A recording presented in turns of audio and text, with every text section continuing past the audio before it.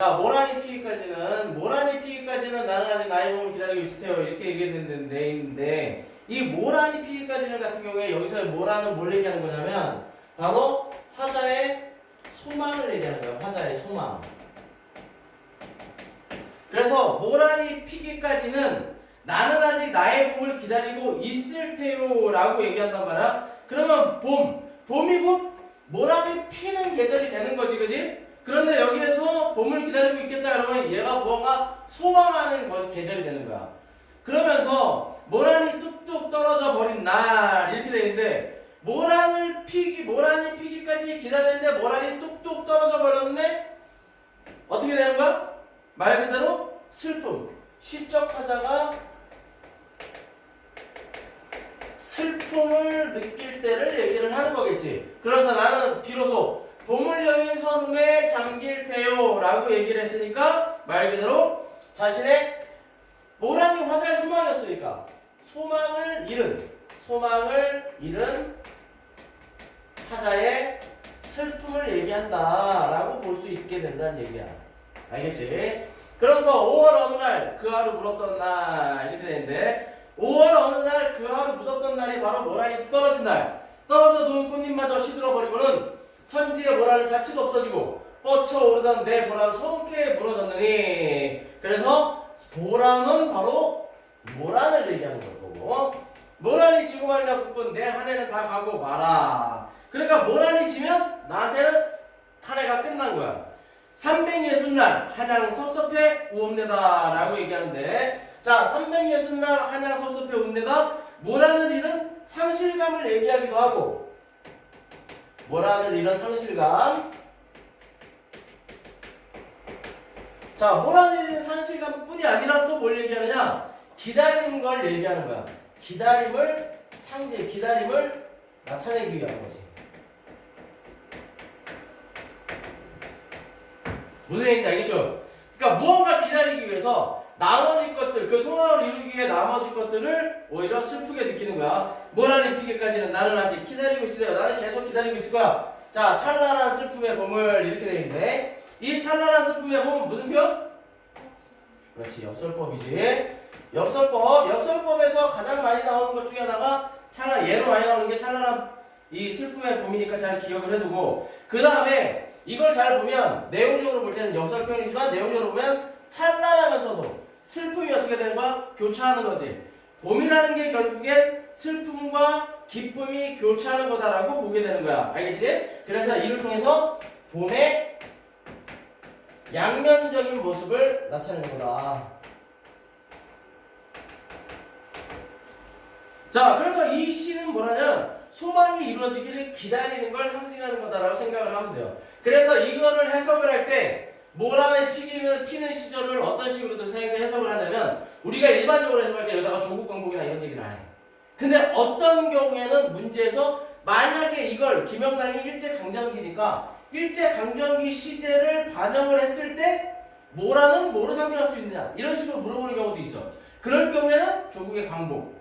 그 다음에 여기서 얘기하는 슬픔이라는 건 지금 나라를 잃은 슬픔. 그래서 나라를 갖고 있다가 나라를 잃었는데 다시 이 나라를 되찾기 위해서 언제쯤 그럴 때가 올까 기다리는 걸 상징하는 경우도 있다라고 해석을 하는 경우도 있으니까 잘 기억을 해두도록 하세요. 무슨 얘기인지 알겠죠? 자, 그 다음에 독을 차고 할 거예요. 독을 차고.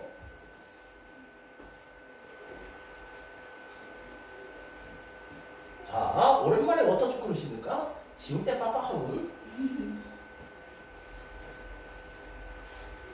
자, 여기서 독이라는 게 장독이나 이런 게 아니라 뭐냐? 포이즌, 독을 얘기하는 거예요. 그럼 독을 차고라고 얘기를 하는 건 왜 독을 차고 얘기를 하는 거냐? 그럼 마음속에 우리가 왜 보통 도끼를 품는다 뭐 이런 식의 표현을 쓰잖아. 그런 식의 표현이라고 생각하면 돼. 내 가슴에 독을 찬 지 오래다 이렇게 돼 있잖아요. 그럼 독이라고 얘기할 때 이 독은 뭐냐면 바로 일제강점기의 암담한 현실에 대한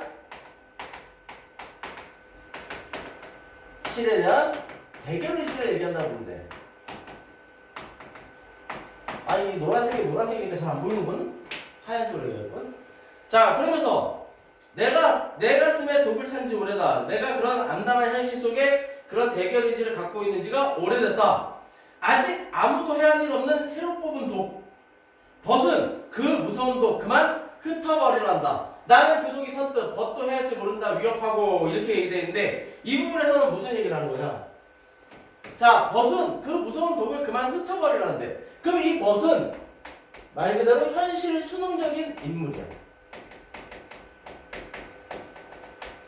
현실에 수능을 하는 거지. 야, 그런 독을 갖고 있어봐야 뭐 하겠어? 라고 얘기하는데 그런데 나는 뭐라 그래? 그 독이 선뜻 벗도 해야 할지 모른다 위협한다. 내가 갖고 있는 독이 네가 그렇게 얘기하면 너를 해야 할지도 몰라.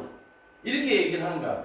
그러면서 독을 차고 살아가는 나의 태도에 대해서 얘기하는 거고 독 안 차고 살아도 머지않아 너나 마주 가버리면 죽어버리면 억만 세대가 그 뒤로 잠자코 흘러가고 나중에 땅덩이 모지하죠 모래알이 될 것임을 헌화한 뒤 독을 차서 무엇하느냐고 라고 하면서 반문하는 거죠. 반문. 그러면서 모자라죠. 나라 없어져 모래알이 될 거야. 그러니까 나라가 없어져서 땅덩이도 없어져서 살 곳도 없어져서 그렇게 살고 서로 모래알이 돼서 뿔뿔이 흩어지게 될 텐데 허무한 뒤 독을 차서 무엇하냐고 라고 얘기해서 이거는 벗이 얘기하는 거야. 허무한 뒤 벗의 충고를 얘기하는 거야. 벗의 충고. 그래서 벗의 충고. 근데 벗은 어떤 생각을 갖고 있는 인물이냐? 바로 허무주의적 세계관을 갖고 있는 인물이야. 야, 도반 차고 살아도 머지않아 너나 마주 가버리면 너나 나나 얼마나 죽을 텐데 억만세대가 그들을 잠자코 흘러가고 나중에 땅덩이 모래가 될 건데 허무한 뒤 독을 차서 무엇하겠냐. 그랬는데 다시 그렇게 얘기하는 친구한테 벗한테 대묻는 거야. 무엇하느냐고? 이걸 딱 친구가 얘기를 한 거야. 아, 내 세상에 태어났음을 원망하고 보낸 어느 하루가 있었던가 허무한 뒤 허나 내 세상에 태어났음을 원망 않고 보낸 어느 하루가 있었던가. 내가 왜 일제강점기 치하에 조선에서 태어났을까? 이러면서 살아왔다는 얘기야. 허무한 뒤라고 얘기해서 허무함에 대해서 인정을 하는 거지. 허무함에 대한 인정이야. 허무함에 대한 인정. 허무함에 대해서 인정을 했어요. 그런데 허나 앞뒤로 덤비는 일이 승냥이 바야흐로 내 마음을 노리고 있으니 그러니까 일이 승냥이가 내 마음을 노려? 그럼 여기서 일이 승냥이 누구 얘기하는 거야? 일제강점기니까 당연히 일제를 얘기하는 거겠지. 내 마음을 노린다라고 얘기를 했으니 말 그대로 순결한 삶을 살고자 하는데 순결한 삶을 노리고 있는 거야. 그러니까 독 차고 살 필요 없이 그냥 너도 수능하고 살아라 이렇게 얘기한 거야. 그래서 얘는 내 상체 짐승의 밤이 되어 찢기우고 할퀴오라 내 맡긴 신세임을 이렇게 얘기하잖아. 그러니까는 근데 이렇게 내가 지금 말하자면 화자가 처한 현실인데 고통스러운 현실이야. 고통스러운 현실 속에 던져져 있는 거지 나는. 알겠죠? 그래서 나는 독을 차고 선선히 가리라. 그렇기 때문에 나는 독을 차고 선선히 가겠어. 천천히. 마흔날 내 외로움은 건지기 위해서. 마흔날 죽을 때. 죽는 날. 내 외로운 혼을 건지기 위해서. 그러니까 어떻게 하겠다는 얘기야. 이게 내 혼을 건지기 위해서다. 나는 순수하게 살았어. 현실에 순응하지 않고 순수하게 살았어. 그래서 첫 번째 순수한 삶에 대한 의지를 얘기하는 거고. 순수한 삶의 의지. 그 다음에 이런 순수한 삶을 살고 싶은 건 뭐냐면 결국에 조국 광복에 대한 의지를 얘기하는 거지. 조국 광복에 대한 의지를 얘기하는 거야. 무슨 얘기인지 알겠죠? 그렇기 때문에 이 시에서의 주제는 일제강점기 현실에 대한 대결의 의지를 얘기하는 거다. 그러니까 나는 이런 것들을 대결을 하면서 그렇게 살 거야. 나는 그렇게 살 거니까 독을 차고 마음속에 그 독을 가득 차고 살 거야. 이렇게 얘기하는 거라고. 무슨 얘기인지 알겠죠? 자, 뒤에 넘기세요. 남신이 주의도 박시공방을 하도록 하겠어요.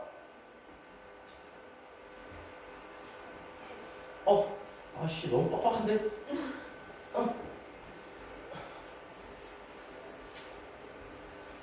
저번에 소설하고 그거 문제 풀어야 돼요? 응? 저번에 소설 그거 28번 뭐 이런 데 있잖아요. 그거 문제 풀어요? 아, 그건 좀 이따가 선생님이랑 간단하게 할 거예요. 자, 남신주 유동 박시공방 이렇게 되는데 이거 작가가 누구예요? 백석이죠, 백석. 백석 시인 같은 경우에는 1940년대, 30년대, 40년대 주로 활동했던 시인인데 이 사람이 6.25 전쟁이 일어나고 나서 북쪽으로 넘어가는 바람에 1995년인가 6년도까지인가 이 사람의 시는 우리나라에서 읽을 수가 없는 시였어요. 근데 그리고 나서 말하자면 월북한 작가들에 대한 것들이 금서였다가 해금이 되면서 이제 금서가 풀리면서 우리가 보게 된 건데 이게 이 사람도 결국에는 뭐 독립운동을 하기도 했고 그 다음에 독립에 대한 의지도 갖고 있었고 일제강점기에 누구나 다 그랬겠지. 사회주의자가 됐든 민족주의자가 됐든 그 당시에는 나라를 잃은 슬픔을 갖고 있는 사람들이기 때문에 전부 도국의 족에 대한 독립을 갖고 있는 거예요. 그래서 남신, 의주, 유동, 박씨봉바 이렇게 되는데 저 뜻은 가만히 보면 남신의주, 신의주 지역 이름이에요. 지역 이름. 우리 많이 봤죠? 그래갖고 보면 지도 못 보니까 이해하세요? 여기 끝에 있는 게 의주, 신의주예요. 신의주. 중국하고 막다하는 경계 지역에 있는 남신의주의 유동, 박씨봉방, 박씨봉방에서 지낸다라는 뜻이야. 그러니까 지금 고향을 떠나서 남의 집에서 더부살이 하면서 거기에서 느꼈던 것들을 시로 쓴 거다라고 생각하시면 돼요. 무슨 얘기인지 알겠죠? 자, 어느 사이에 나는 아내도 없고 또 아내와 같이 살던 집도 없어지고 그리고 살뜰한 분명 동생 누구에도 멀리 떨어져서 그 어느 바람새인 쓸쓸한 거리 끝에 헤매었다. 그래서 여기까지는 뭐야? 가족과의 이별을 얘기하는 거겠지. 가족과의 이별. 그럼 가족과의 이별? 쓸쓸한 화자의 처지를 얘기하는 거예요.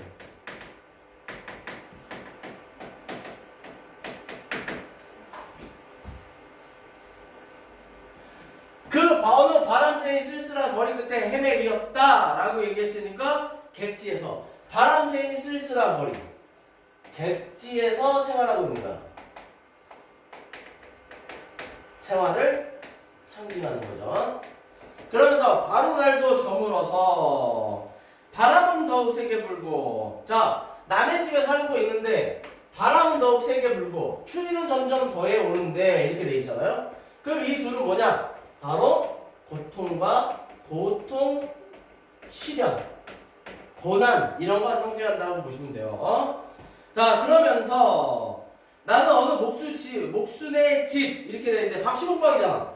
그러니까 이 어느 목순의 집이 바로 어디다? 박씨봉방이다. 박씨봉네 집이야. 알겠죠? 어느 목수가 박씨봉인가? 집 헌사슬 깐 한 방에 들어서 주인을 붙였다. 주인을 붙였다 이렇게 돼 있는데 결국엔 한 방에 들어서 주인을 붙였다. 뭐 하고 있다는 얘기야? 새빵살이 하고 있다는 얘기야. 새빵살. 새빵살이의 현실을 얘기하는 겁니다. 이리하여 나는 이 습내나 춥고 누긋한 방에서 낮이나 밤이나 나는 나 혼자도 너무 많은 것 같이 생각하며 그러니까 나 혼자도 너무 많은 것 같아? 자신도 버거운 거지. 버거운 현실. 왜 누가 부탁하면 우리 그런 얘기 하잖아. 야, 나 하나 하기도 힘들어. 이런 얘기 하잖아. 내 자신도 버거운 거야. 지금 얘도 그런 거야. 그러니까 나 하나 건사하기가 너무 힘들어. 디롱배기에 북덕불이라도 담겨오면 이것을 안고 손을 째면 제 위에 뜻없이 글자를 쓰기도 하며 그 다음에 또 문 밖에 나가지도 않고 자리에 누워서 머리에 손가락질 매개라고 굴기도 하면서 나는 내 슬픔이며 어리석음이며 소처럼 연하여 새김질 하는 것이었다. 여기까지. 뭐 하는 거야 지금? 뭐 하는 거야? 그냥 할 일 없이 우리 지금 코로나 때문에 그 개원을 했으니까 그렇죠. 학원을 하니까 그렇죠. 학원 안 하고 휴원하고 있을 때 집에서 학원 아무 데도 안 가고 있으면 어떻게 하는 거야? 뭐 해야지 하면서도 누워서 해야 되는데 해야지 하긴 해야 되는데 언제 하지? 내일 하지 뭐 내일도 쉬는데 이렇게 얘기하잖아. 그러니까 무기력한 삶을 얘기하는 거야. 무기력한 화자의 삶. 고향을 떠나서 남신의주의 박씨봉의 방에서 월세방, 새방살이를 하면서 이러고 무기력한 삶을 지금 보내고 있는 중인 거야. 그런데 내 슬픔이며 어리석음이며 소처럼 연하여 새김질하는 것이었다. 되새김질이야. 되새김질. 되새김질인데 쉽게 얘기하면 나는 내 슬픔이며 어리석음이며 소처럼 계속 어떻게 하는 거야? 되새기고 있는 거야. 내 과거에 느꼈던 슬픔, 내가 여기 와서 지금 지내고 있는 이런 허무함 이런 것들을 계속 되새기고 있는 거야. 그러면서 내 가슴이 꽉 메워올 적이며 내 눈에 뜨거운 것이 핑계일 적이며 내 스스로 화끈같이 부끄러울 적이며 나는 내 슬픔과 어리석음에 눌려 죽을 수밖에 없는 것을 느끼는 것이었다 라고 얘기하는 건데, 이건 뭐냐면 자신의 삶에 대한 절망감을 느끼고 있는 거예요. 내 삶이 너무너무나 슬프고 지금 절망감을 느낄 정도로 가슴이 아프다라고 얘기를 하고 있는 거예요. 쉽게 얘기하면. 그래서 스스로 화끈같이 부끄럽다. 과거로 돌아보니 회한이 느껴지는 거고, 왜냐면 되새김질하다 보니까 떠올리는 게 자신의 과거가 부끄러운 거고, 그 다음에 내 슬픔과 어리석음에 내가 왜 과거에 그랬을까, 나는 왜 그런 일을 겪을 수밖에 없었을까, 이렇게 생각을 하고 있는 거죠. 그죠? 자, 그 다음에 뒤에 이어서 그러나 잠시 뒤에 나는 고개를 들어 허연 문창을 바라보든가 또 눈을 떠서 높은 천장을 쳐다보는 것인데, 이렇게 돼 있잖아요. 그러면서 나는 내 뜻이며 힘으로 나를 이끌어가는 것이 힘든 일인 것임을 생각하고 이렇게 쭉 이어져서 얘기가 나온단 말이에요. 아씨, 지울 게 너무 힘든데? 그러나 잠시 뒤에 나는 고개를 들어 허연 문창을 바라보든가 또 눈을 떠서 높은 천장을 쳐다보는 것인데, 높은 천장, 고개를 들어서 높은 천장을 쳐다보고 있는 거죠. 이때 나는 내 뜻이며 힘으로 나를 이끌어가는 것이 힘든 일인 것을 이렇게 얘기하고 있단 말이에요. 그럼 이건 뭐냐? 현실을 자각하는 거예요. 현실을 자각. 그러면 무슨 현실을 자각하고 있는 거냐? 그래서 무기력한 자신을 느끼는 거죠.